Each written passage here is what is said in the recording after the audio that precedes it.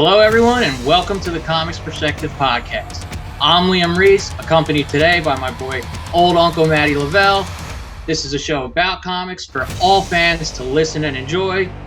Let's go talk about some comics, shall we? It's our objective to be effective by voicing societies, working perspective, exploring your day and how you get paid, launching a new episode every Tuesday. Your day can transform while we inform with new episodes available on every platform. So check out our vibe and how we get live. Then do us a solid, share and subscribe. Would you share it? Would you share it? Would you share it? Working perspectives.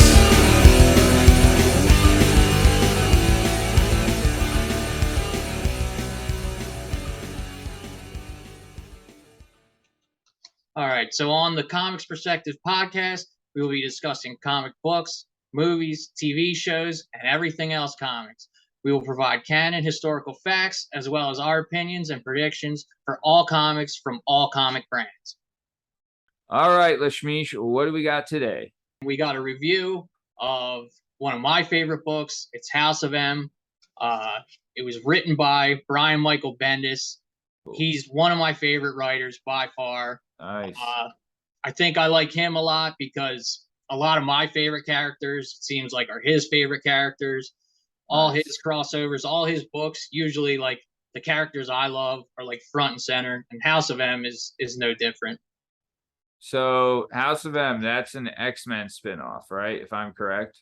That is, yeah, it's so House of M actually stands for House of Magnus. It's House of Magnus, as you get into the story, is like they become royalty, and it's Magneto, his daughter Wanda, and and his son Pietro. Wait. Wanda, Wanda, the Scarlet Witch. Wanda? Yeah, the Scarlet Witch, Polaris, and Quicksilver are all Magneto's kids. yes for a time. What? But I'm not going to get too heavy into that. It's always been accepted. He raised them as his kids. Oh, I see. It gets complicated. Yeah. Well, I know sorry to interrupt, but I know in Days of Future Past, the Quicksilver from Days of Future Past they said it was his son. Right? Yes, correct. Okay. All right. That's directly, you know what I mean? That's straight from the page. Okay. Know? But in Age of Ultron, Wanda Maximoff and Quicksilver are... Yeah, they were created like in a lab. In the MCU, they did. But I think the MCU is kind of leaning towards, like, in the comics, they kind of like throw a wrench into the whole thing. Okay. And you later find out that Magneto is not like actually their dad. And they were created in experiments, kind of like what you saw in Age of Ultron. Oh, wow. But we'll get into that. Actually, when we get into a couple of the leaks, a character comes up that like goes hand in hand with that. Nice. Okay. So then let's get started then. So House of M. So you're saying it's written by Brian Michael Bendis? Brian Michael Bendis, yeah. Okay. How does he like, so X-Men was a Stan Lee creation, right? Correct. So does Stan Lee like give him permission to write stuff for him? Oh yeah. Because there's many different writers that do many different books, you know what I mean? And like Jonathan Hickman has a really good X-Men run. A lot of his stuff is like, you know, top tier X-Men. Nice. But, you know, Brian Michael Bendis also writes, he does a lot of Avengers stuff. His new Avengers books are incredible. I have some of them. He does Secret Invasion, Secret War, Civil War 2 he wrote. There's a Civil War 2? Yes, there's a Civil War 2, and it's both Civil War books are awesome. Oh, we'll definitely get to those. Yeah. But then he also, on the other side, he does Age of Ultron too, which Age of Ultron is, to me, like, it might be my favorite book. Like, it might be my favorite trade paperback. Really? But it's crazy because in the movie is completely different than the book. The trade paperback of Age of Ultron, the main characters are essentially Wolverine and the Invisible Woman from the Fantastic Four. But they weren't MCU characters, so they kind of had to like come up with like a whole different So you know? so Age of Ultron in the one like they made, like the Avengers movie they made, isn't really close to the book, right? It's they borrow a lot from the book. Yeah, in the comics, Iron Man isn't the one that created Ultron. Hank Pym is the original Ant-Man. Hank Pym. Okay, Ant-Man. Okay, gotcha. The guy that Michael Douglas plays. Yeah. That's really who created Ultron. Oh, all right. I didn't know that. Yeah, pretty cool. Okay, nice. Okay, so sorry, I interrupted. So House of M, written by Brian Michael Bendis. So start us out, like, what year is this taking place in? What kind of universe are we in? Kind of give us a broad scope of where we're starting. So this is around the time that their stories are, I think it was like 2005, 2006. Okay. Maybe later. But there's required reading. This is maybe 6 months after the events of Avengers Disassembled. It was an event where, and this book is really hard to get a hold of. I was looking for it. The Disassembled is like, they have it like way overpriced, even on eBay and everything. So without spoiling too much of it, Wanda goes crazy, the Scarlet Witch goes crazy, and Vision ends up dying, Hawkeye ends up dying, and Scott Lang, Ant-Man, ends up dying. What? So that's why in House of M, she kind of starts off like she's kind of like secluded. When you say she, you mean Scarlet Witch? Yeah, the Scarlet Witch. She like altered reality. She made She-Hulk mad. She-Hulk ripped Vision apart, like completely ripped him apart. What?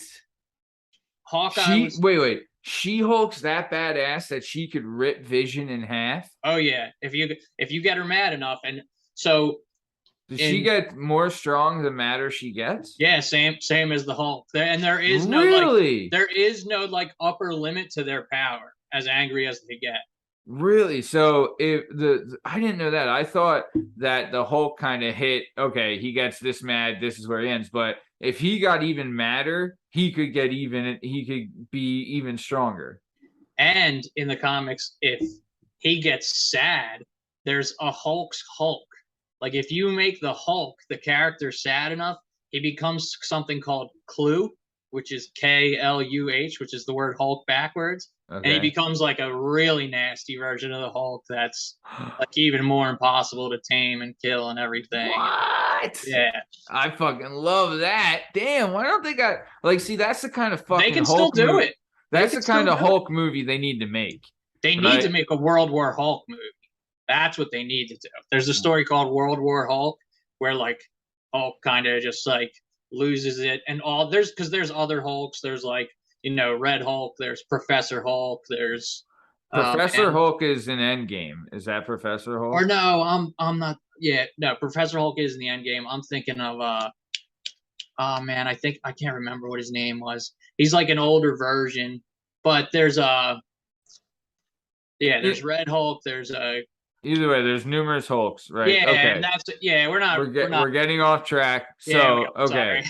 So no, you're good. So it's early 2000s, right? So early, like it's like mid to late 2000s. I think when this came out. Right now, Scarlet Widow is reeling after everyone, like her whole crew, is dead. Well, right? They separated her. They brought her to Genosha, and right now. Who's they?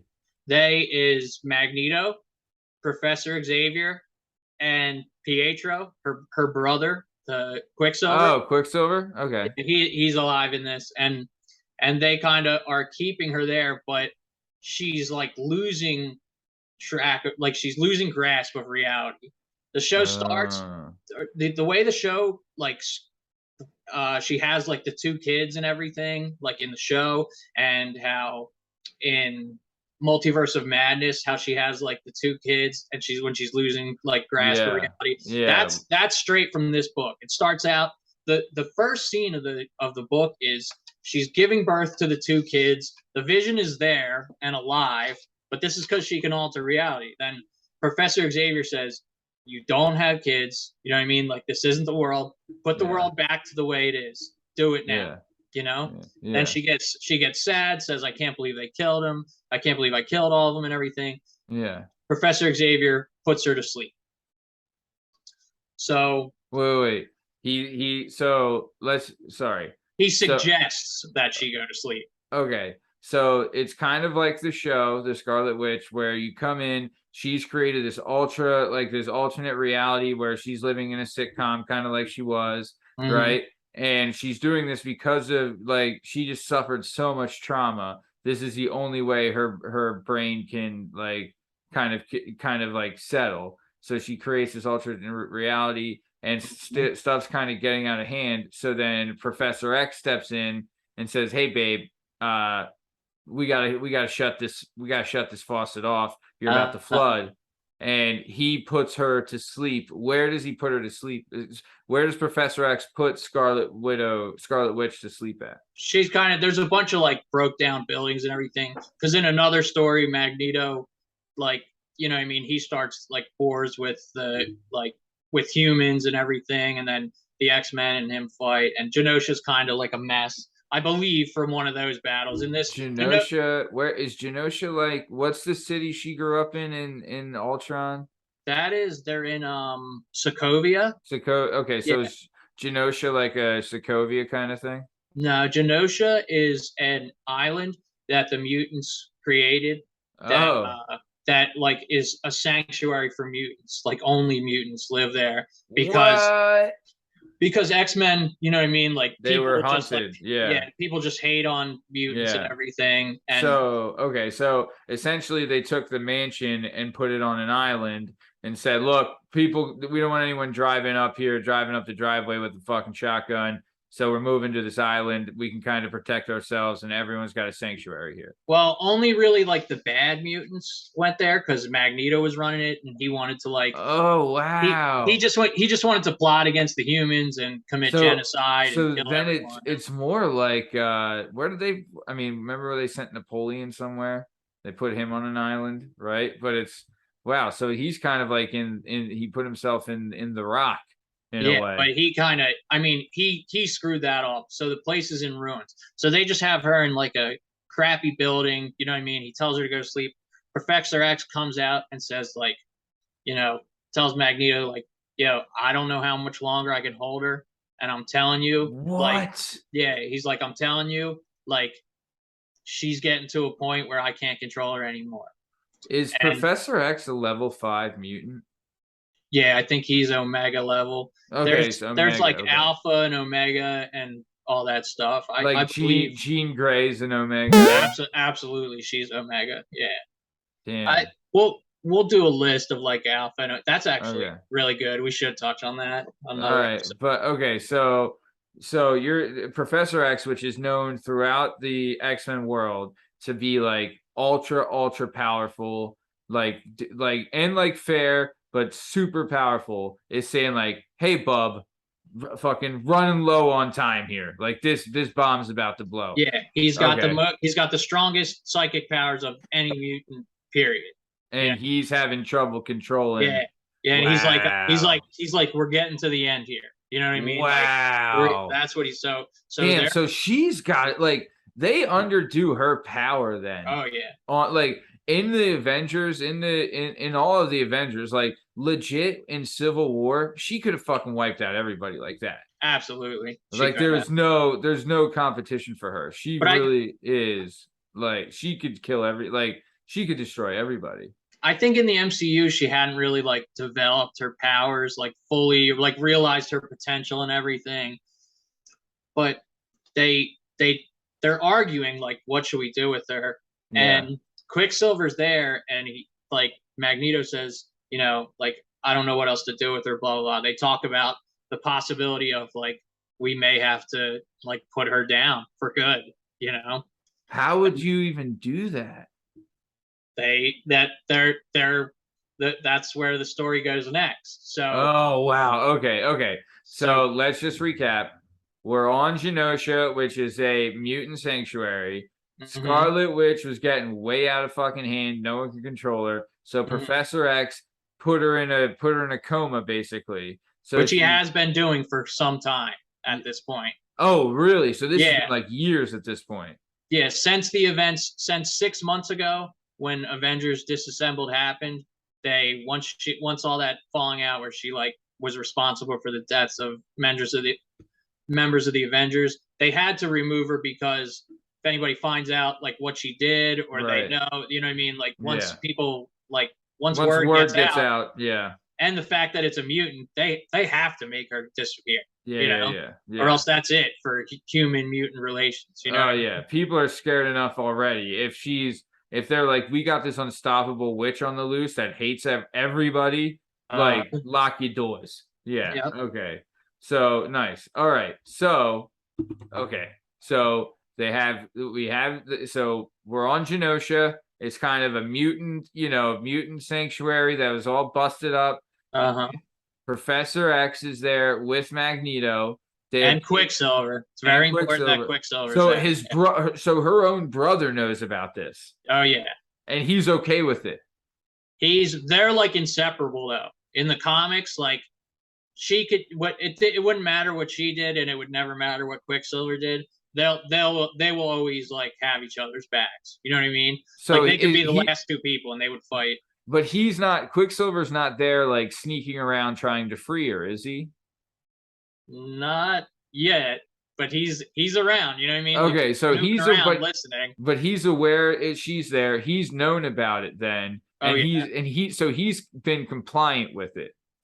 Okay, so it's not like he's been fighting against them to prevent it. He knows, he's aware, he's compliant. So Professor X, Quicksilver, Magneto on Genosha. Scarlet Widow has been placed in a coma by Professor X. She's becoming impossible to control. Professor X is losing it. Yep. What's going on next? Professor X by himself leaves Genosha and he goes to Avengers Tower. He calls a bunch of people to Avengers Tower. They meet. At first, you see Wonder Man, Simon Williams. You see Falcon, who's now Captain America, and you see Captain Marvel. They show up at Avengers Tower. And then right behind them, all the mutants show up, like the X-Men show up. So the X-Men show up. At this point, Wolverine is part of the new Avengers. He was part of the Avengers. Like he's always kind of been in and out. Like he kind of goes between X-Men and Avengers. He's always he's everyone's favorite character. He can go right. He's the Stone Cold of the MCU. Oh, he's my favorite character, like hands down. Dude, like, Logan still might be my best favorite comic book movie of all time. It was almost flawless. That movie. They just put it on Disney Plus. I know. I saw. I'm like, dude, the end where she moves the cross. I don't want to get too much off topic, but the end where she changes the cross to an X and then runs off, like, come on, that's fucking perfection. So okay, so the X-Men. So Professor X is at Avengers Tower. He's calling in he's rallying the troops, really. Exactly. Yeah. Okay. The big guns are there. Captain America's there. Hank Pym is there as Yellow Jacket. Who's Mr. Wonderful? Wonder Man is a guy named Simon Williams. Okay. He's been an Avenger since the old days. Okay. I think eventually they will do something with Wonder Man. I think he'll probably get a TV show. What is his power? He, you know what I mean? Like he's got like super strength and everything. I think it has to do with like molecules or something. He's not. Is he like a low-ranked Superman or something? Yeah, but I don't think he can fly. You know what I mean? I think he's strong. I'll actually have to get back to you on that, honestly. I mean, if it's not important enough for you to have already known, then he can't be that big of a deal. Yeah, he's around a lot. You know what I mean? And like, it's called Wonder Man? Yeah, Wonder Man. Simon Williams. All right, I'll look him up. So keep going. So they get there. Captain America, Pym, Wasp, Luke Cage, She-Hulk, Luke Cage is in it. Oh, Luke Cage is one of the most important characters in this book, and So also one of my favorites. So Luke Cage, we know that Daredevil is going to be in the new She-Hulk. So do you think that Luke Cage will make Oh gosh, dude, I hope so. I really hope so. And what's the other girl? Jessica something? God, Jessica Jones. Yeah. Which ends up being Luke Cage's wife. They end up getting married. They have a kid. All that stuff. Yeah. That's like Jessica Jones is like the love of his life. Okay, so it says that just real quick, Wonder Man is imbued with ionic energy. Yeah, what I say, like molecules or something. Yeah, but I mean, like he's, I guess he's ranked 38th in IGN's list of top 50 Avengers. So he must be doing something nice. But I get so he just has like he's kind of like a Bane almost. He's got some juice running through him that gives him some go. Okay, so he's definitely super strong. All right, so we're at Avengers Tower. I'm sorry we keep getting sidetracked. We're at Avengers Tower. Professor X is there. They're still on Genosha doing their thing. He's there like, look, we fucked up. This bitch is about to wake up. Shit is about to get hairy. I need to know who's ready to roll. Yeah. Well, they start arguing about it because Captain America's like, no, like we don't kill. We're not doing that. So Captain America is dead. So Falcon, as the new Captain America, is there. No. In this one, Captain America, Steve Rogers is still alive. Okay, I see. All right, and Falcon's also there. Falcon is also there. Yeah.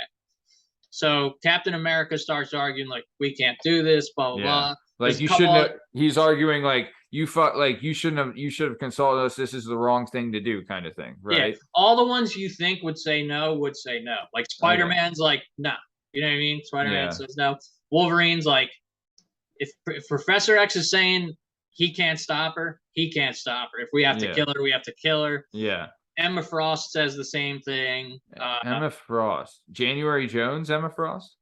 Emma Frost, is that who played her in the X-Men first? Is that the girl who turns into a diamond? Yes. Yeah. So January Jones, which shout out. So damn, so she's an Avenger too? She is an X-Men. She's a mutant. Okay, so she's an X-Men. Got it. Wait, what's the difference between? I mean, aren't I guess not. Mutants have like a special ability. Superheroes like Tony Stark is. I got you. There's a difference. Okay. Yeah. So mutants. They were born that way, and they were like mutated and had powers. Yeah. The rest of the characters like some kind of accident in a lab, or they made armor, or they have some kind of magic. You know what I mean? Yeah. Doctor Strange is there too. They ask him if he can get through to her. He says, I've tried everything. Like, I can't get through to her either, because she has magic and everything. Yeah. So they say they can't do it. They're like, all right, well, let's go talk to her.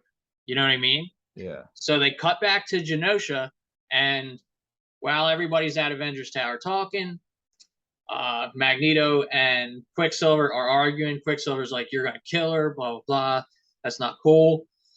He's like really upset because it's his sister. How could you let him do that? And Magneto's like, what would you have me do? You know what I mean? Like, what do you want me to do? There's nothing, we're out of options. Yeah.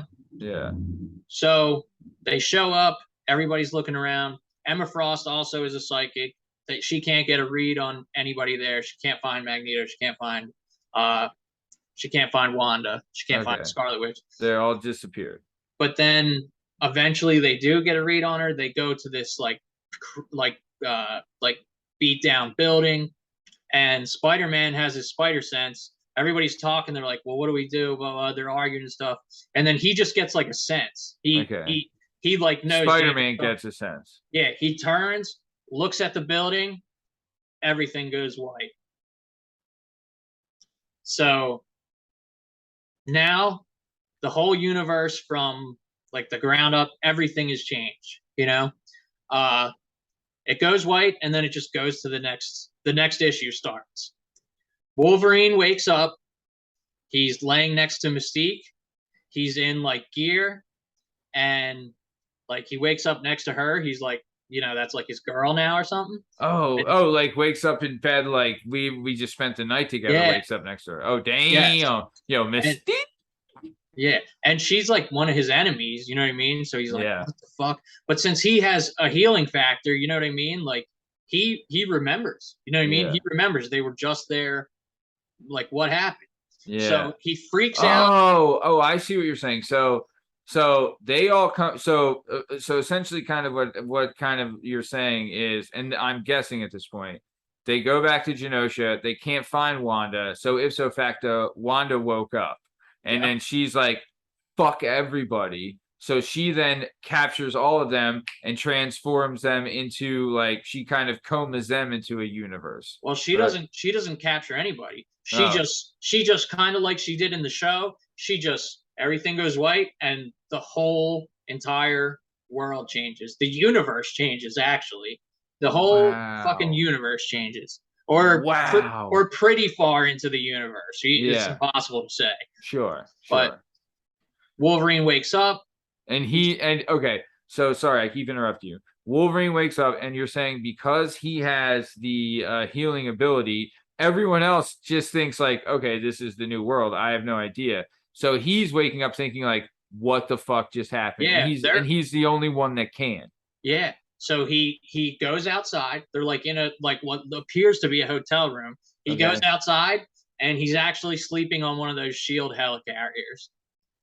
So whoa, like the cool one from the first Avengers. Yeah, he walks by Toad, who's a bad guy. I fucking hate Toad. Yeah, Toad is fuck Toad. He was from the original X-Men. I love when Storm zapped his fucking ass. Yeah, he's always there when there's trouble. You know what I mean? He's a creep. That guy, he's a born creep. Toad. He sees shitty mutation. Shitty. Yeah. That dude, I'm telling you. Toad's mutation sucked, and then I don't know if you remember X-Men 3, the one I guess Brett Ratner did. It was like the culmination of the Phoenix series, right? And there's one dude, he was in the bad dude army where like his superpower is like like thorns come out of him like spikes. I don't even know that guy's name. I know, but that just shows how shitty his fucking power is. Yeah, I know. You know what I mean? Like that power is just awful. Like he just towed him shit end of the stick. Yeah, so, they caught a bad break because your mutation you have no control over. You just have the power you have. Yeah. So they're on an Avengers shield helicarrier. Yep. He's waking up and he's walking around. He woke up next to Mystique, who is naturally he's probably one of his sworn enemies. Yeah. Then he's walking and he sees Toad, another enemy who's also a Magneto follower. Yeah. Right? Okay. So then keep going. Then he starts walking down the hallway. He sees like Spider-Woman. I think he sees Rogue. He's walking down and everybody's calling him sir. Like, good morning, sir. You all right, sir? Everything okay, sir? Oh, okay. So he goes outside and he's like, what the fuck is going on? Yeah. And then Mystique comes out and says, hey, what's going on? Are you freaked out? Is this because of what happened to the mission yesterday? Those people we had to put down or whatever? And he just like looks at her and he jumps off the helicarrier. Like he just jumps, falls backwards, and just falls into the city. You know what I mean? Because they were above a city? Yeah. They were like up in the sky. But they were like, because I feel like before they were over an ocean, at least it seemed that way. But okay, like in Avengers 1, it seemed like they're over an ocean. But okay, so they're over a major city, and he just is like fucking, catch you later, fuck babe. This. Yeah, he's like, fuck this. I'm gonna go see what's going on. Yeah. You know what I mean? So he falls through some buildings and stuff. He gets up and he looks around. Everybody is mutants. You know what I mean? Like, so now she changed the world where it's mutants are in control and humans are like they're the servants. Now they're the shit end of the stick. Wow. With the exception of a few. So he starts walking around to see what's happening and everything. Wolverine's walking around, yeah. Yeah, he walks around to see what's happening. He sees Spider-Man is like one of the biggest like stars in the world. Like he's like one of the most beloved he's like a Homelander. Yeah, which is like not the case in the comics. Spider-Man catches every bad break. Yeah. That J. Jonah Jameson or whatever his name is, he's always Jonah Jameson. He's always J.K. Simmons or whatever. Yeah. J.K. Simmons plays him. The Real Daily Bugle's always trashing him. So Daily Bugle's always getting him. So so Wolverine's walking around. He sees Spider-Man is like now the dude, and that's usually not the case. He's freaking out. It seems like he's the only one that remembers. Humans are now like a subspecies, it seems. What's going down? What's next? Wolverine, he leaves and he goes out to Westchester, New York. Wolverine leaves. Okay. Wolverine goes over to Westchester where the X Mansion used to be. Oh, okay. So when Wolverine gets to the X Mansion, he goes inside. There's people living there that aren't Professor X. So Wolverine wakes the people up. He asks them, "Where is Charles? Where's Charles Xavier?" You know, he's got like his knives. Yeah, he's like, yeah. The people that live there, they say, are they human or a mutant or? They're just a family that lives there. Not. They don't pertain to the story. It's not really important what they are. Okay. The family that lives there says, "We don't know Charles Xavier," so he books. Wolverine gets to a phone booth. I guess they have at the time. I guess at that time there was still a phone booth around. Yeah. He's on the phone. Is there a directory for Charles Xavier? New York. In the whole state of New York, in Manhattan, whatever. They say there's no Charles Xavier. The operator tells them there's no Charles Xavier. Yeah. The SHIELD team is Mystique, Toad, Jessica Drew, Spider-Woman, Rogue, Nightcrawler. Not a bad team. I mean, they may have some other SHIELD people in the mix.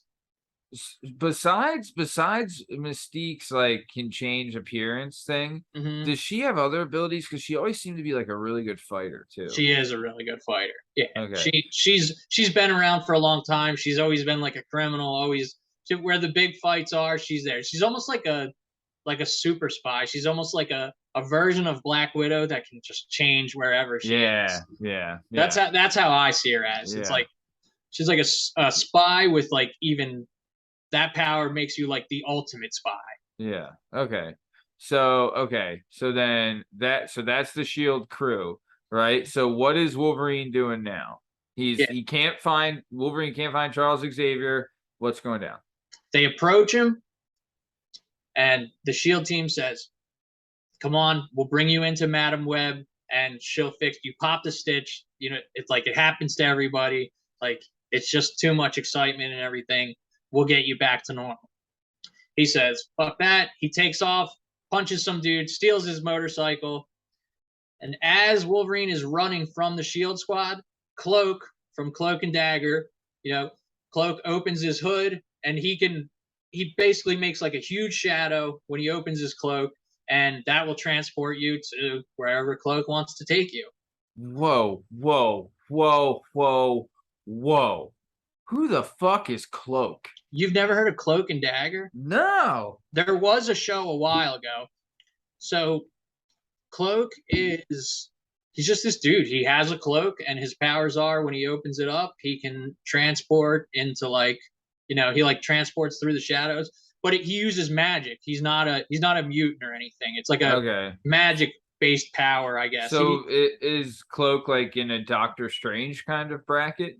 Yeah, that cloak like is magic. Oh, I see. So it's the cloak, essentially not him, and the cloak kind of chooses him in a way. I believe so. Yeah.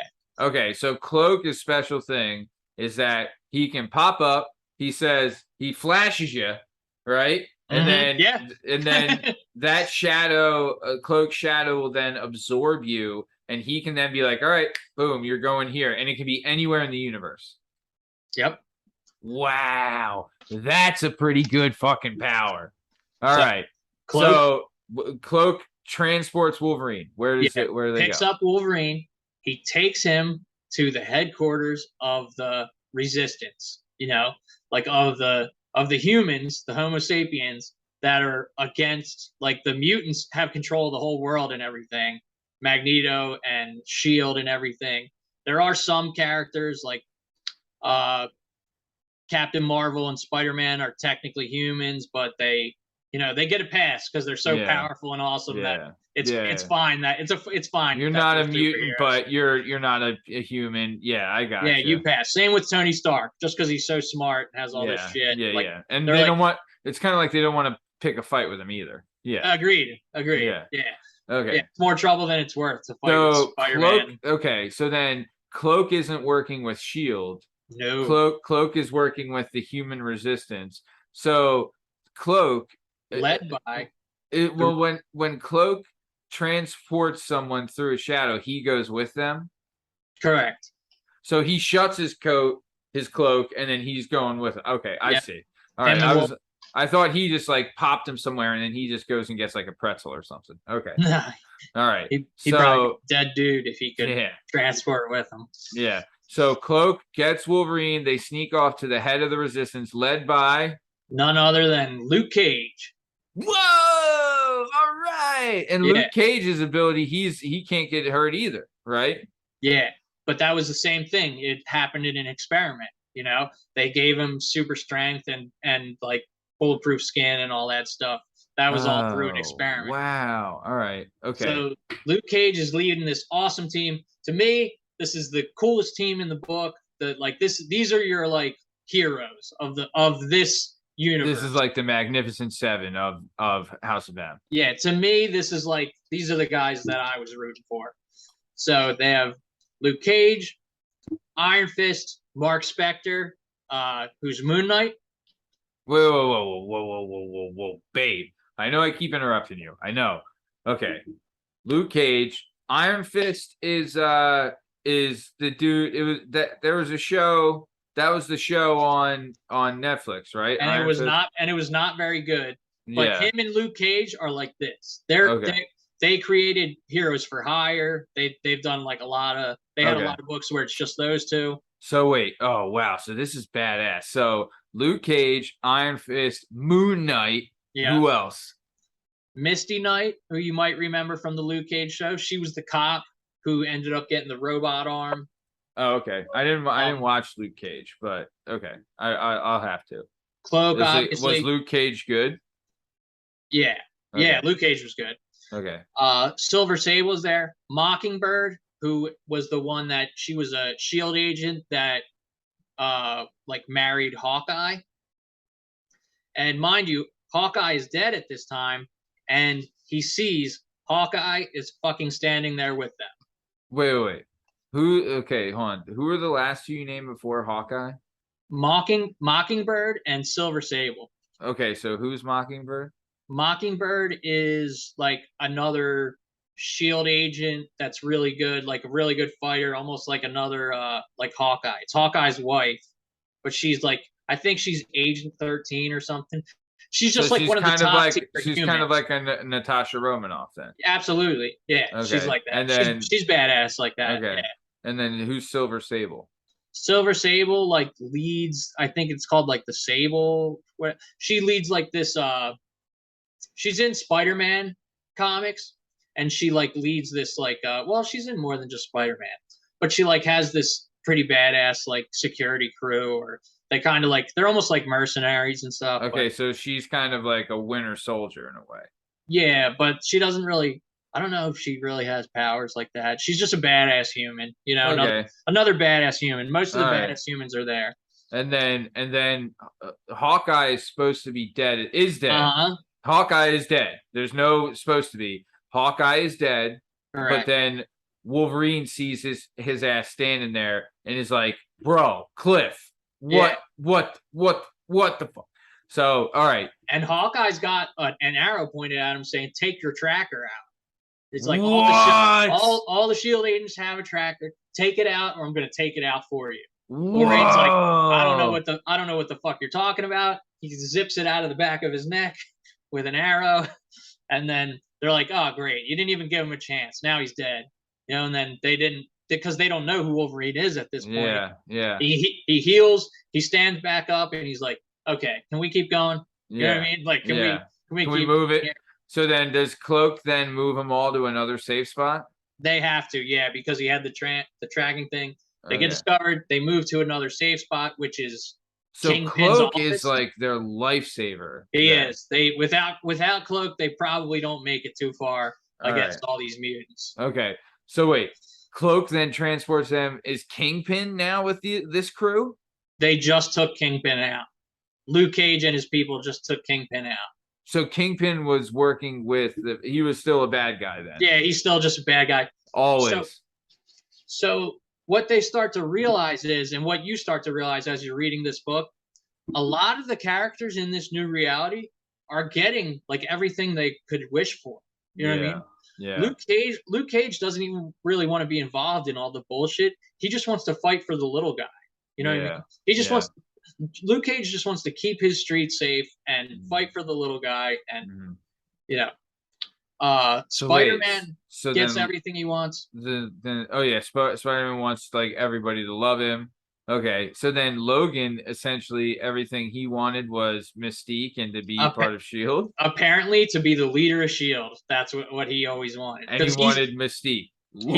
He finds out that he is essentially Nicholas Fury. Like, you know what I mean? Wolverine is essentially the role of Nick Fury at that point. Wow. Okay, so keep going then. Keep going. All right. So they go to Kingpin's office because they're like, that's the last place they'll go because they just killed this guy. They're on the run, blah, blah, blah. Smart move by what's the name of this ragtag group of badasses? I don't know what they call themselves. I just call them like Luke's crew. We'll call it Luke's crew then. Yeah. Nice. So Luke's crew, which is pretty formidable. They're in Kingpin's office. What goes down next? Wolverine tells his story. And the Luke's crew, some of them are saying, this guy's out of his mind. Yeah. Luke Cage says, I believe you. Wolverine's like, I can't believe you. I can't believe you believe me. Why do you believe me? Luke Cage says, because this little girl came up to me the other day and told me the exact same story. Who's the little girl? Her name is Layla Miller. She's a character that gets introduced and she is very important later in X-Men comics and everything. Okay. She's very important in this comic. So they get a hold of her and they bring Layla Miller, Wolverine, Luke Cage. They start seeking out the other heroes. First, they go to Cyclops' apartment. He lives there with Emma Frost. Whoa. Really? Yeah, so I guess everything Cyclops wanted was to live a regular life. Dude, and I would want January Jones too, baby. Well, he's with Emma Frost like in the comics too. Oh, so him and Jean Grey aren't an item? He goes back and forth kind of between. Dang. Yeah, dude, Cyclops must be fucking. He must have a fucking body. He must be laying that shit right. Yes, I would think he's packing if he gets. Dude, if it's you get Emma Frost and you get Jean Grey, like and they're both mind readers. They both mind read. Wow. Which that's a trip. That's a trip in itself to think about. Dating someone that can always see inside your head. It's got to be fucked up. Also, if that's your type too, you know, like. I like girls with daddy issues. I like girls with big tits. My girls, they got to be able to read my mind, dude. I'm like, come on. Yeah. Okay. So, all right. So let's keep it moving then. So wait. So the Luke's crew at Kingpin's office with this girl. What's the girl? The girl. So Luke Cage believes him because the girl said the same thing. Why? Yeah. And does this girl have a special power or anything, or it's just? She kind of does. That she can. It's like almost like she's psychic, but she's not. Okay. Her power is like she just like knows the next thing to do. Layla Miller gets like these feelings, like we have to do this, we have to do that, we have to do this. Oh, okay, all right. So it's like a spidey sense in a way of instead of danger, it's of this is what we need to do next, kind of thing. Okay, nice. All right, I like that power. All right. It's pretty sweet. So so now Luke's crew is on the recruiting trail, and they go to Cyclops Emma Frost first, right? Emma Frost comes home. Emma Frost sees Luke's crew there. She's asking them, "What the fuck are you all doing in my house?" She paralyzes all of Luke's crew. Emma Frost starts reading everyone's mind one by one. Emma gets to Layla Miller. She starts reading Layla Miller's mind. And now Emma Frost remembers everything. It kind of woke her up. Yes. Oh, baby. All right. So what? Luke's crew and Emma Frost and Cyclops now join Luke's crew. What they realize is they do it to everybody in the room. What they realize is if you take Layla Miller and you take Emma Frost and you put both of them in somebody's head, they will remember the world as it was. Really? Why Emma Miller and why? Okay, so why Emma Miller and Emma Frost? Emma Frost is a psychic. Like she can read thoughts and everything, and she can use for whatever reason, Layla Miller's power allows her. Yeah, when they put their powers together and Emma uses both of their brains, she can just make the characters. She kind of makes the lies disappear. Correct. Okay, so then, I want to ask this: Cyclops, is he an Omega, or is he? No, he's not Omega. Is he close? Like, what he like? Honestly, I remember as a kid, like Cyclops's power was cool. Like, it's cool, and he was the leader of the crew. Like, everybody knew it. Like, he was, the whatever pseudo facto leader, but like he looked cool because he could shoot things out of his eyes. But in reality, I mean, if that's all you got, it's not the best, and he gets killed by his woman. So either way, but not in this one. So now what they're doing is Luke's crew is now joined by Emma Frost, Cyclops. So now Emma Frost and Layla Miller, they're like, look, everyone, let's go. Like, come on, let's turn this back on. So they're just going, like, the crew is just expanding and they're like recruiting people like, hey, this is what's happening. This is what's happening. Remember this. And they're just waking people back up. Right. Okay. So then what? So they're getting their people together. Poor fucking Spider-Man. They find Peter Parker, Emma Frost and Layla Miller. They have Peter Parker remember his life, and he pretty much drops to his knees. Like, did I finally go crazy? Spider-Man is wondering, did I finally go crazy? Is this finally it? Because he just can't believe it. Spider-Man can never catch a fucking break in any story ever. Yeah. Yeah. I mean, he doesn't get he doesn't get the girl. Then when he gets the girl, he fucks it up and he's not good enough. Then it's him taking the rap for almost killing people when it was someone else. Yeah. He does. I mean, he goes away for 5 years in Infinity War. Like, he is dealt a couple shit sandwiches here and there. Like, let's be honest. Yeah. His Uncle Ben is he gets. I know this is a side note, but speaking of, I was watching Infinity War today, and God, it is so fucking incredible. That is an incredible movie. Incredible. Okay, so let's keep going. So they wake up Spidey. So that's like a big scene though, because it's like Spidey being like, golly, like finally had everything I wanted. Now it's just another shit sandwich I got to eat as Spider-Man. What the H? Right? Yeah. Okay, what's next?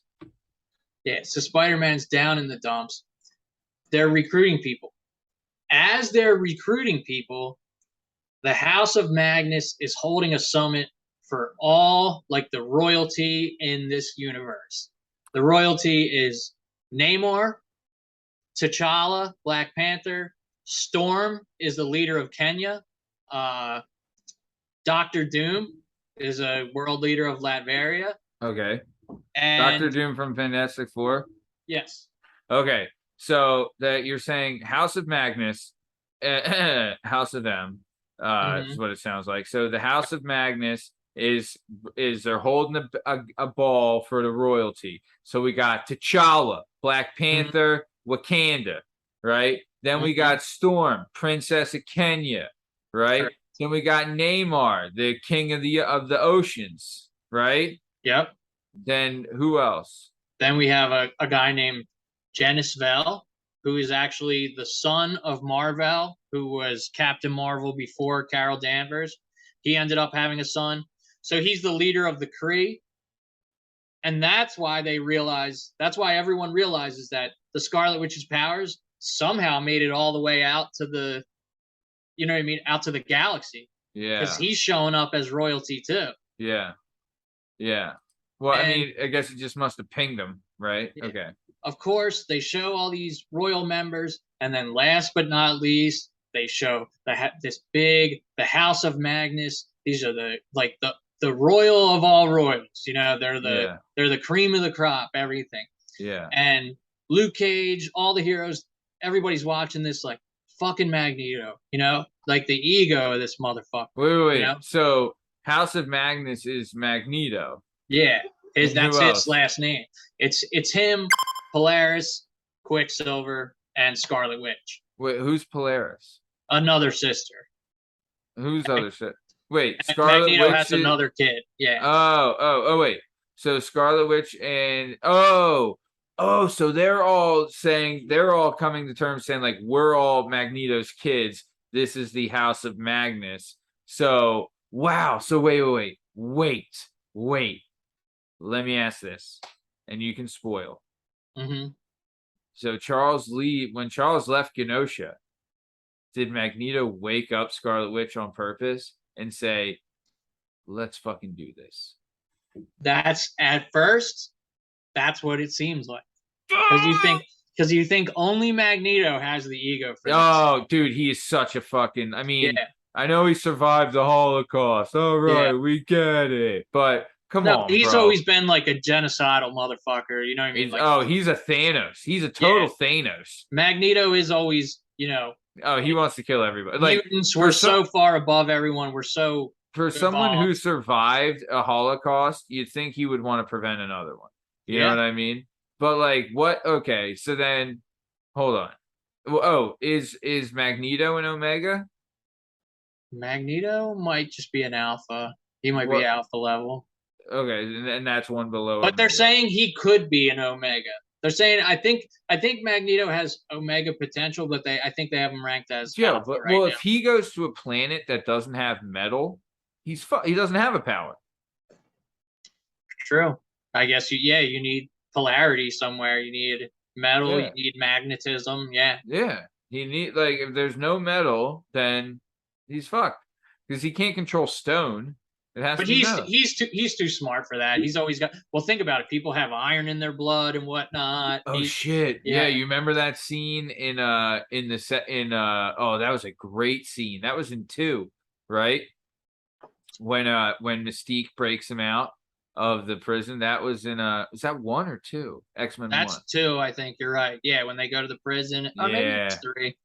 But you're right. Yeah, where she injects him and then he sniffs it out, and oh man, because that's what they did. They put him in a plastic prison. That's why he was helpless. Okay. Yeah, he don't need much, and he always carries metal on him. He's no dumbass. Yeah, dude, that's fucking awesome. Okay. So all the heroes, they band together. They're balls in the sky. Wait. I'm not gonna lie. As much as Magneto is like a fucking selfish prick, I love the balls on this fucking guy. Me too. Like, I fucking love the balls on this guy. Just like, look at this fucking schwanz. Everyone fucking bow down to my schwanz, right? Like, I love the balls on this guy. Well, so I like him because he's not taking it laying down.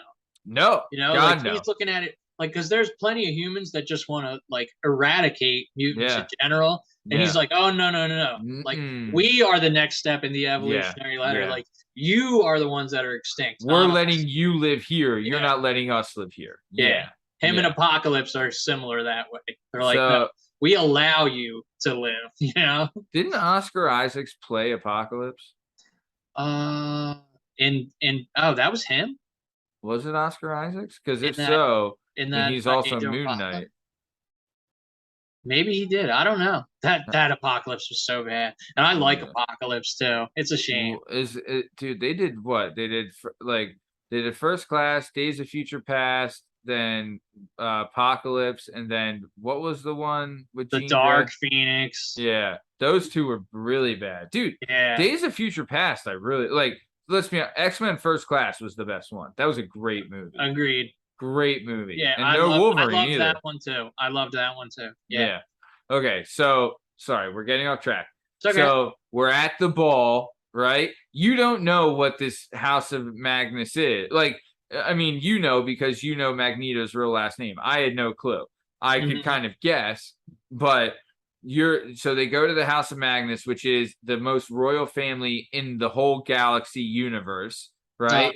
And they're standing, I'm assuming they're coming down from this like connecting stairway, walking down to the ball, and it's all of them in their finery and everyone kind of bowing to them, right? Is that kind of the scene? So then the Luke Cage crew, the LKC, right? Or is it LCC? Whatever. Luke Cage is spelled with a C. Yeah. Okay. LCC. Yeah. So the LCC, the Luke Cage crew, they're just like, not fucking happening, Magneto. You know? They're pissed. Everybody's pissed. They're like, they're like, all the heroes are like, fine, we're killing them. You know? Yeah. Like enough. All right. We put up with your shit for long enough. Enough. Then we'll kill the family. Like, fuck this. Even Spider-Man's like, I swear to God, I'm gonna kill him. Yeah. It's like, fuck this guy. I'm done. Which Spider-Man does not say. Yeah. He's like, I swear I might have to kill him. He says that in the thing? He says, like, all right, I might have to kill this guy now. He says, he says, I think I'm going to have to kill him. Is Spider-Man that strong that he could kill Magneto? Spider-Man's a beast. Spider-Man, Magneto's kind of a badass. Didn't they have a thing where they had, like, the 4 strongest, they had, like, a strength competition between, like, the 4 strongest superheroes, and didn't he get, like, 3rd or something? It was, like, him, the Thing, Hulk, and like Thor or something. Yeah, I would think Hulk is up there. The Thing, Thor is up there, right? Yeah, Thor. There's a lot of really strong characters. Spidey is way up there. Right? Spidey is strong. Yeah, for his size, he's definitely the strongest. All right, but okay. So I digress. So sorry, we're getting off topic again. Mm-hmm. Okay, so what? So no one's found Xavier yet either. No, that's the thing. They say, so their plan, pretty much Cyclops takes over and he gives this awesome speech that says, he's telling everybody, we're here. This is what's happening. Whatever level. Who's he telling that? Who's Cyclops giving all the heroes? Okay, so the LCC Luke Cage crew has grown to a formidable force now. Oh, yeah. They're just waking people up, right? Yeah, they go find Daredevil. They go find She-Hulk. They go find. Oh wow! So they got some. So they got a fucking pretty badass crew. They go out and find everybody they can.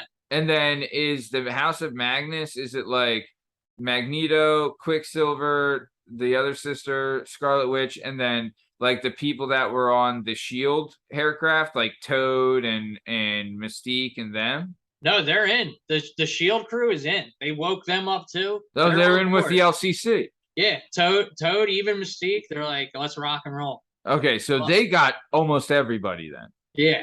So they literally got almost everybody except for House of Magnus. Mm-hmm. Okay, so there's a big gathering. Is this at the ball or somewhere else? This is it may be in the new Avengers place. Okay. Where did they meet? So either way, who went to the ball and saw House of Magnus? Well, they just know that there's actually a newspaper in the book that you can read and it'll tell. So they just know from everything. That's pretty cool. It's televised and everything because they're the most popular people and everything. Yeah. So they see House of Magnus, then they go to headquarters where the whole LCC, everybody they've recruited is there. Cyclops then finally finds his fucking balls, gets up there, and he's like, "Look, I had a girlfriend that reads my mind. I had another girlfriend that reads my mind, but no one's changing my mind." Yeah. Yeah. So he gives this rah-rah speech, and is everyone with him? Or are they like, "Yo, Cyclops, fuck off, you pussy"? Most everyone is. I think Spider-Woman says, well, what if we're just supposed to have everything we want? Then Wolverine says, you're going to be really embarrassed that you said that out loud one day. He said that's a line from the comic book? Yeah. Oh, that's great. Wolverine tells her, he's like, Jess, I'm sorry, but you're going to be really sorry that you said that out loud one day. Really? Why would you? But like, what is the significance of that though? Like, she's saying like, well, what if they? But she's saying at the expense of everyone else. What, you should just get what you want? I see. So like at the expense of humanity and everybody else, as long as you have what you want, it's okay. Yeah, because a lot of people got what they wanted, but the Fantastic Four are gone. I think they got killed. You know, they only gave it to like the powerful people got what they wanted. I think the people that House of Magnus believed were going to be the biggest threat, that's who they gave whatever they wanted. Smart. So that they would leave them alone, so that the heroes would leave. Yeah. Pretty fucking smart. Cyclops says, we're doing this, whatever level of restraint, whatever lines you've had in the past, you need to let all that go. Because this is all or nothing. Yeah. Like this is one, all of them you can't lose, but this is one that we cannot lose. Yeah. Yeah. This is for existence. So okay. All right. They come up with a plan, and the plan is they're gonna go, they're gonna find Charles Xavier. They're gonna wake him. They're gonna wake him up, and then they have a much better chance of an attack. Scarlet Witch is so as of now though. Scarlet Witch is still the most powerful person in this universe. Yeah, in this, and plus it's a world and it's a universe she created. Yeah, so she wouldn't create a universe without herself being the most powerful, right? Mm-hmm. Okay, so she's still the most powerful. Magneto, nothing to sneeze at. Quicksilver, pretty decent, is he? Yeah. Oh yeah. Quicksilver. And then who's the other sister? Polaris. Okay, and what she has the same. She has the same powers as Magneto. A double Magneter? Yeah. Damn, the female Magnetes. Damn. All right. So they go.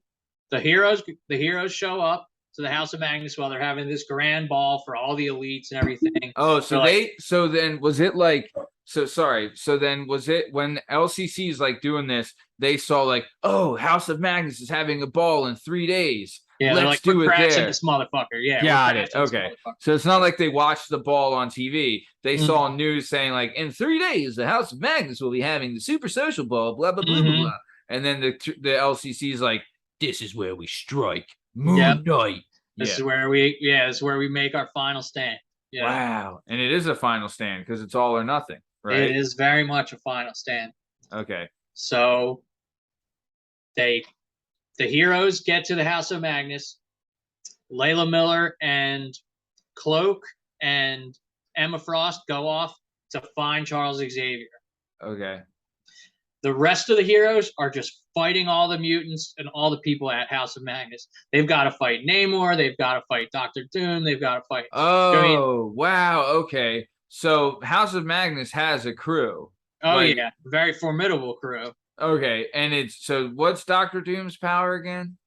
He's a Fantastic Four guy, right? Yeah. So he got power from the negative zone. But he also, Doctor Doom uses a lot of magic too. Uses like a lot of spells. He can do time travel and stuff. Okay. Doctor Doom's badass. Okay. So Doctor Doom, pretty good. Time travel, that's a big one. And does that play a factor? He doesn't. Yeah, I don't think he time travels in that. Okay. So then, so Doctor Doom, and who are the other ones? Oh, they've got to deal with. Yeah, they've got to deal with Storm, who's a very strong. Wow, is she an Omega? Storm might be an Omega. Yeah, she's probably Alpha actually, because the Omegas are like Legion, Jean Grey, Jean Grey. Super powerful mutants. Okay, so besides House of Magnus 4, you have T'Challa, you have Storm, you have Doctor Doom, and then what is Namar's power besides talking to fish? Can he manipulate water or something? Oh yeah, but he's also widely considered the first. They refer to him often as the first mutant.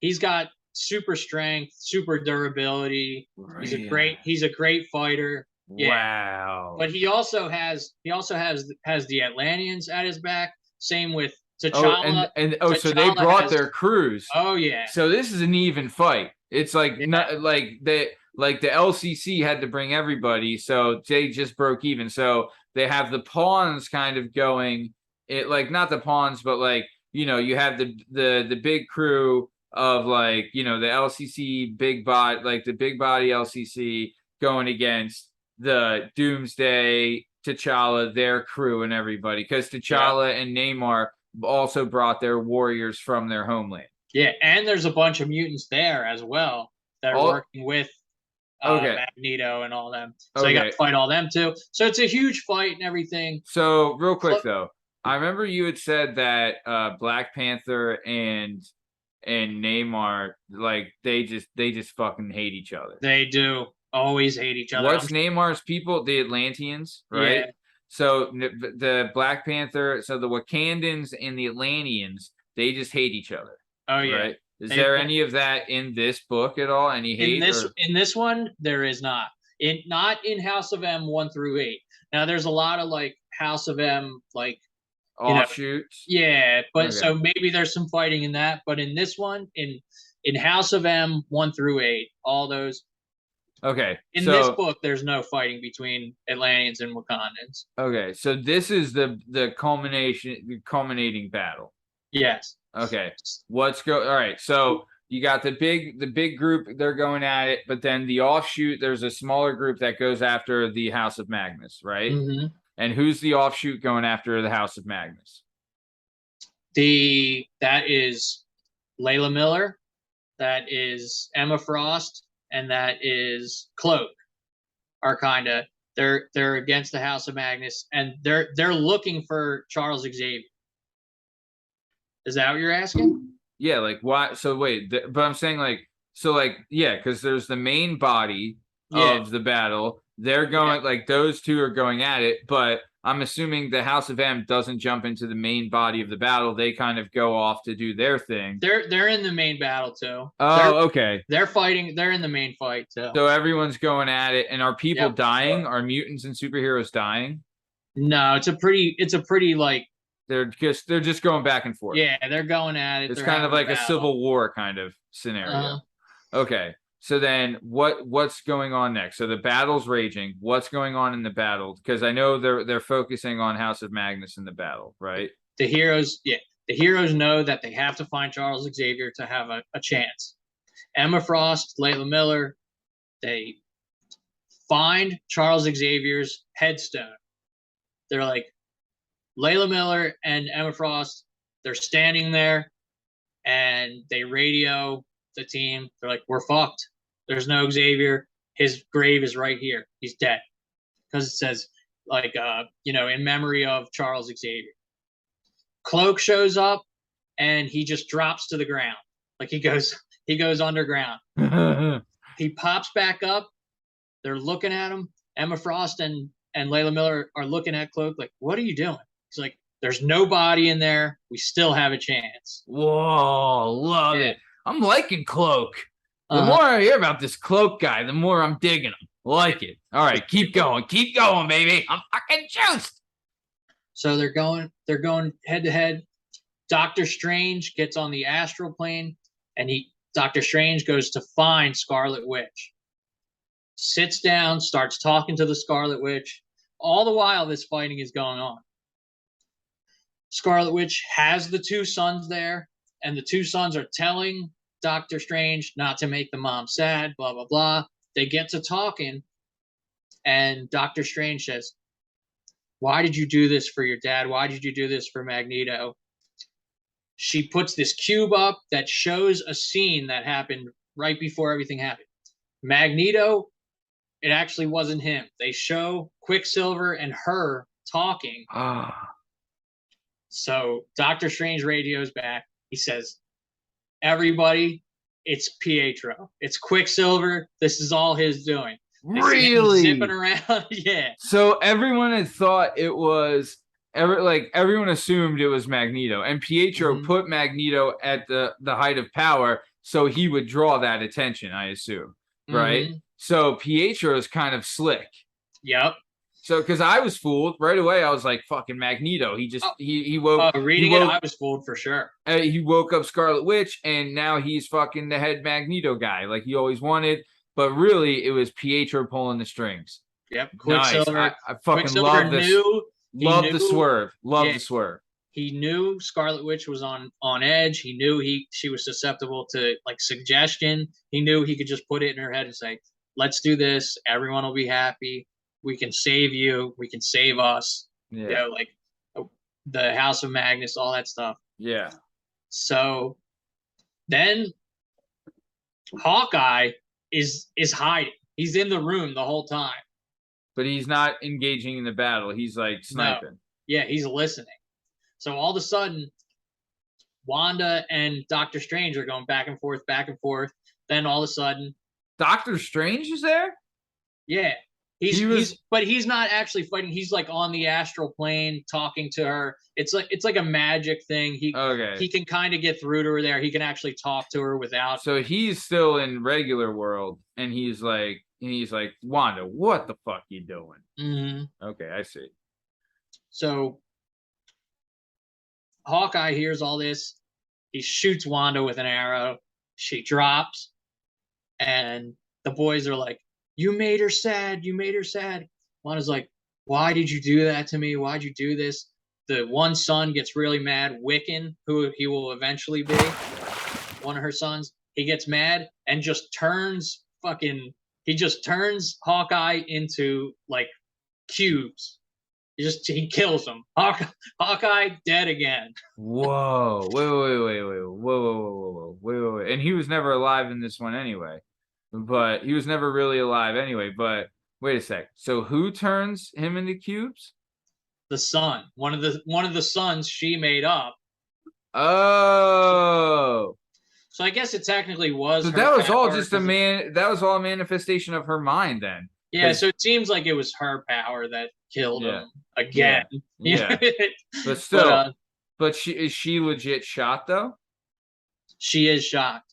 And Hawkeye she was shot by Hawkeye, legit. Yeah, she's shot. He hit her with an arrow.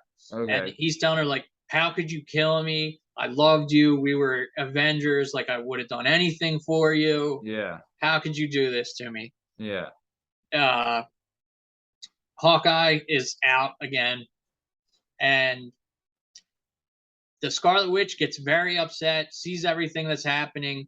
She goes out to the regular fight. She's like, look what we've become. You know, like the mutants, we're not the better of the two species. We're worse. We're monsters. Yeah. So then out of her lips come like one of the most famous pages in comic books. She says, "No more mutants." Oh, baby. Everything goes white again. All right. Okay. Wait. No more mutants means no more Wolverine. She just says no more mutants. Then everything goes white again. The world wakes up as it was. And they go back to Avengers Tower. A lot of the people can remember it. Some can't. Tony Stark has no recollection of it. Spider-Man is just there with his hand in his head, like, unfucking believable. Yeah, you know, like what's next? Yeah.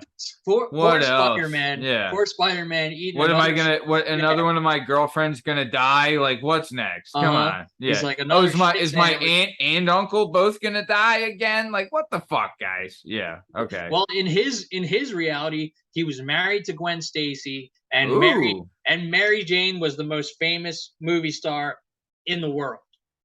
He definitely had a menage with him if it's his happiness. So he can't. He's like, I can't. Honestly, to be fair, never a big fan of Kirsten Dunst. I'll say it. I wasn't a big fan. I just don't think. Honestly, I'm not attracted to her. I don't see what the attraction was. I don't think she's good looking at all. Yeah, there's a lot. The Gwen Stacy, what's her name? Emma Stone. Yeah, way better. Way better. But I'm still saying, like, I don't know. Kirsten Dunst, she's got like a squished face. You know what I mean? I don't know. I'm just not into it. But okay. So then, what happens now? Where are we at? Is this so? Like where we're at right now? You're saying there's 8 books in the House of M? Yeah. Right now we're finishing up. Oh, so we're in book 8. Yeah. She's no more mutants. We're at the end. Okay. They cut to Xavier's mansion. There's a lot of the students have fallen over. There's Colossus doesn't have his powers. The Iceman walks out and he's covered in water and he's just like in a pair of jean shorts. And Iceman walks out. Is it me or is it just really hot in here? You know? and wow. But so she brought it back to reality. And when she brought it back to reality, she was able to remove everybody's powers. That is fucking crazy how powerful she is. Some mutants kept their powers. Woo! Like 10% of the mutants or something, a small amount. Well, okay. And then where's Xavier? Xavier's still not there. Wow. Xavier's still MIA. Okay, so then what happens next? Then they're looking for Wolverine, because if Wolverine lost his powers and he has the adamantium skeleton and no healing factor, he's dead, man. Yeah, he's dead. There's no coming back. He's cooked. They find him. They find him out in the field outside of Xavier and his institute. They find Wolverine. He wakes up, and one of the huge stories with Wolverine is he can't remember where he came from. He's not sure what his real name is. He doesn't know his past. Wolverine sits up and says, "I remember everything." They say, "Yeah, we remember what happened with Wanda too." He says, "No, I remember my whole life." Shit. So Wolverine just gained his memories back. A lot of like big things happen in this book. Does he remember Sabretooth's his brother? Yeah, he remembers his whole life. Wow. And Sabretooth is his brother, right? His Creed, I think they're stepbrothers or half brothers. Okay. All right. Yeah. So he remembers everything. Then what? Then they go to use Cerebro and they say, "Hey, is this thing broken?" You know, the thing that Xavier always puts on his head and you can see where all the mutants are. They go to put it on and the Earth just like looks like the Earth. There's only like a couple dots. Whoa. Is Xavier one of the dots? No, they can't tell. They said, "We can't even find a reading for Wanda because Emma Frost is the one using it." And so she didn't lose her powers. Emma Frost. Emma Frost did not. And then they cut. The last couple squares are of the Scarlet Witch just walking through some town. She picks up some fruit. She's just hiding out in some European town. Just being normal. Yeah. And then that sets up, like the next stories and everything, which Layla Miller's around. And this is House of M was like probably like one of the first, like in this time, you know what I mean? Like in the 2000s, like that ambitious of like a crossover. I'm sure there were other ones, but this one was big, This one kind of like set the tone, and then they did more. They did like Avengers versus X-Men. They did all this other cool stuff. To me, this book is like what kind of House of M kind of got me like back into like wanting to do the crossovers, the events. I love the events. That's like kind of the best part. I can see this is honestly, I'm fucking jazzed just by this explanation. This was awesome. All right. So just to recap, right? We start out we find Wanda Maximoff in a coma by Professor X, right? Professor X gets the crew because he's telling them this bitch, we cannot keep her down anymore. She's about to break out and we're all fucked. Yeah. He goes back to Genosha. She's awake, and then everything goes white. And then the next thing we know, right, Wolverine wakes up on the SHIELD super hovercraft, right? And he's in bed with Mystique, and he's the leader of SHIELD. And he's like, sees Toad and whoever, and he's like, dude, what the? And he remembers that this wasn't 20 minutes ago. This wasn't what was going on. Like, what the fuck is this now? Right? Yeah, something's not right. Something's not right. He remembers. So he jumps off this hovering fucking cruise missile ship, right? This hovering ship carrier, right? And he jumps off and he falls into a city, runs into the dude I didn't know existed, fucking Cloak. My man fucking Cloak runs into Cloak. Cloak transports him to the underground army, right? The Resistance, led by Luke fucking Cage, that we then named the LCC, the Luke Cage crew. And in the Luke Cage crew, you got a bunch of good guys, Moon Knight, and I forget the other ones, but a bunch of good dudes in there, right? And then there's this girl there named Layla Miller. Yep, the girl who knows things. Layla Miller, right? So Wolverine's there, and he's telling everybody in Luke Cage's crew, like, yo, this is what's fucking happening right now. Like, this is fucking, and they're like, you're crazy. And Luke Cage is like, no, he's not, because this little bitch, Layla Miller, same thing. Right? So then they go to start recruiting more mutants and more superheroes on their side. They go to Cyclops. Cyclops is shacking up with Emma Frost, aka January Jones. I didn't know this. Emma Frost had some mind reading shit, right? So then Emma Frost, she's able to get with Layla Miller, right? And Layla Miller and her are able to unlock everybody's memories, right? So then the LCC, Luke Cage's crew, then spend the rest of the time hopping around, finding mutants and superheroes and waking up their memories, right? They get a nice sized crew, and then they look in the paper and on the TV, and then they see in 2 days the biggest family in existence, the royal family of this existence, is going to have a party masquerade ball, right? And the royal family consists of Magneto, Wanda Maximoff, Pietro Maximoff, and then who's the bitch? I forget her name. Polaris Maximoff, right? And they're Magneto's family. So Magneto is now trying, we think it's Magneto orchestrated this by waking up Scarlet Witch and now making himself the king, right?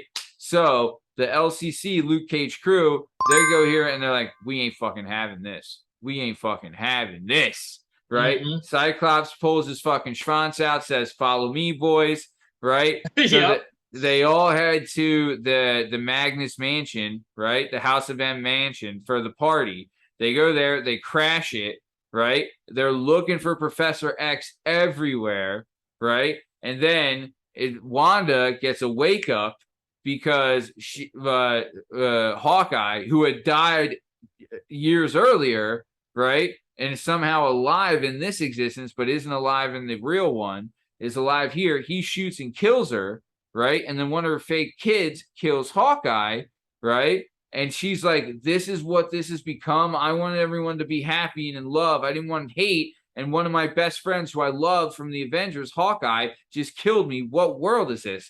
And she's like, fuck this. We're going back. But before she goes back, she says, no more mutants. And that's the famous gimmick, right? Then they head back, and now there's like 5 mutants left. Emma Frost, January Jones is one of them. Wolverine's another. Lila Miller's another. And now they're just like, we need to find Professor X. And that's where the story ends. Correct. And wow. If what there a was fucking show, babe. If there was, say, call it like a post-credit scene, there's a page, and Hawkeye's uniform, his suit, is hanging up on the wall. It's got arrows through it, and then a newspaper clipping about Hawkeye's death is also on the wall with an arrow through it, foreshadowing that, like, Hawkeye's around. Whoa. He's back in the mix somewhere.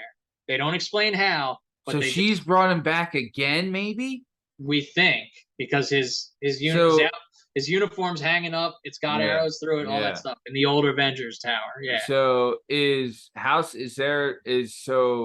the continuation of the series is the House of M saga continues? Is that what it is? Or no, House of M is gone. Okay, so then what's the next series? Like, has it already been written, the stuff that, like, the sequel to this? Oh yeah. Well, so what's the sequel to this called? I guess after this would be would the next crossover be Avengers and X-Men, maybe? Avengers versus X-Men? Or maybe? But nice. No, then they get into like the New Avengers. There's a story called The New Avengers. They put a team together. Yeah. Brian Michael Bendis, the next would be New Avengers. All right. Nice. So maybe we'll get into some other stuff, but expect that. Dude, I'll tell you, for an episode 1, this was fucking awesome, dude. I was I was hooked the whole time. You really did a great job explaining it. And like, this was awesome. I loved it. I loved, like, the whole story was great. And it, dude, flew by. You know, Justin's saying, if it goes by fast, you know it's good. So nice. So I'll say this, Lashmish. For me, I haven't read it. I haven't seen any of the artwork. But I'm rating this a fucking 10. This was all like just the creativity alone. I fucking loved it. I loved it. Had the fucking Magnificent Seven underground aspect. It had your favorite guys in there, and also some guys you don't really know about. Really, shout out to Cloak. I'll give Cloak, like what's the comeback player of the year award? You know what I mean? Like that's for him. MVP, it's I mean Wolverine is always MVP, but I would think maybe Layla Miller, shout out, and is like sleeper MVP. Yeah, she was a huge part.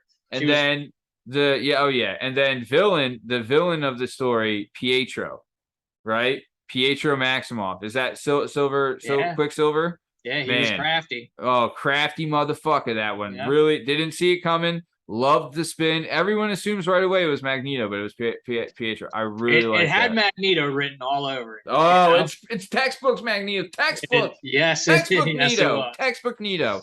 All right. So I want to hear your rating and give us all the schmutz. Go ahead. Yep. So my rating is I would give that an 8.5 out of 10. Wow. So to me it's and you're grading it on story, creativity, artwork, and okay. Yeah, because Olivier Coipel is the artist. He does all the sketches for that. He's really good. Damn, I do love the Avengers Mutant crossover, and that's definitely like. Did they say that's coming in the next phase for the MCU? Yeah, well, they have to wait until the contracts are up that some of the actors have with Fox for the X-Men movies, which we will see the X-Men trickle in until then, but you probably won't see an X-Men movie until Phase 6 when they're getting ready for Secret Wars. All right, but hey, man, that dude, that'll still. I mean, we'll all be fucking probably on board for that, Yep. DC will be, I mean, just non-existent at that point. Marvel will probably have bought DC by that point. I hope they can turn it around because DC has some of the best books out too. I know DC. Like I feel like it's a pride thing. Like, oh, we don't want to follow the same formula as Marvel. Why the fuck not? Just fucking do it, man. Like, goddamn. They don't have to do everything the same, but it's like they let Warner Brothers get involved, and they just. But it's also like start churning shit out. You know what I mean? Like the best thing they've done is Peacemaker. Like that is the best work they've done in a long time. Hell yeah. Like get more shit out like that. That's the kind of stuff that'll get you back in there. Dude, I would love to see an Aquaman series like that. That's like, more catered towards adults, right? Like that's what people want, get that in there, babe. That'll be like, that's a fucking hit. Like if Black Adam hits, right? Get that a series too. You know what I mean? Because Peacemaker's got to get his own movie eventually. Peacemaker was just too fucking good. Peacemaker was great. And the thing is, they gave it the long format. So maybe stick to that. Like, they renewed it. There will be a Peacemaker season 2. Well, I'm saying, like, make that your format also. Like, do big box office, right? But cross, like, do them both. Like, get your series in, get the other stuff in. Like, because I'll tell you, they have, like, Doom Patrol, great series. Doom Patrol was good, yeah. And then they did a Swamp Thing show that was fucking awesome, and they canceled it after one season. Swamp Thing was awesome. What is it on the HBO Max? It used to be on something called DC Unlimited. Okay, but it's not on there anymore. But dude, it was awesome, dude. Titans is good too. That's a good show. Titans. They're good characters. They need to do more with the characters they have. I didn't like how they did the Red Hood, so that's why I'm kind of rolling my eyes right now. All right. Okay. So all right, let's give us your rating and everything and do it and let's finish. Okay. All right. So my ratings, I gave it an 8.5 out of 10. I think it does belong. Anything 8.5 and above, anything Brian Michael Bendis belongs on the shelf. You know what I mean? Yeah, for sure. If you want to find this book, it's not that expensive. Amazon brand new, it's $22.49. Yeah. Amazon's rating of it, like their readers rated at a 4.8 out of 5. Yeah. So they gave it a really high reading. And I saw it on eBay as low as like $13 if you get it secondhand. But if you want to, for the listeners out there, if this is something you want, we'll produce a read along, right? So we'll have a screen of the thing up, like a video. We'll make a video of the comic book page on the screen. You'll be able to see that, and then we'll read it aloud while we're going through it. So it'll almost be like an audio book with the pictures that you'll be able to watch. So if that's something that the fans are interested in, we'll produce that if that's something you want. So go ahead. But yeah, that's where you can find the book. That's my rating. If you disagree with my rating or you disagree with Amazon's rating, feel free to leave a comment. I want to know if you've read this. If you've read this and you didn't like something that I did like, you know what I mean? Show me the light. I want to hear it. I want to hear everyone's perspective on comics. Nice. All right. But perfect. Thanks everyone for listening. This has been the first episode of Comics Perspectives Podcast, a show talking about good comics. Hope you liked hearing us share our perspectives. Thanks again. See you next time.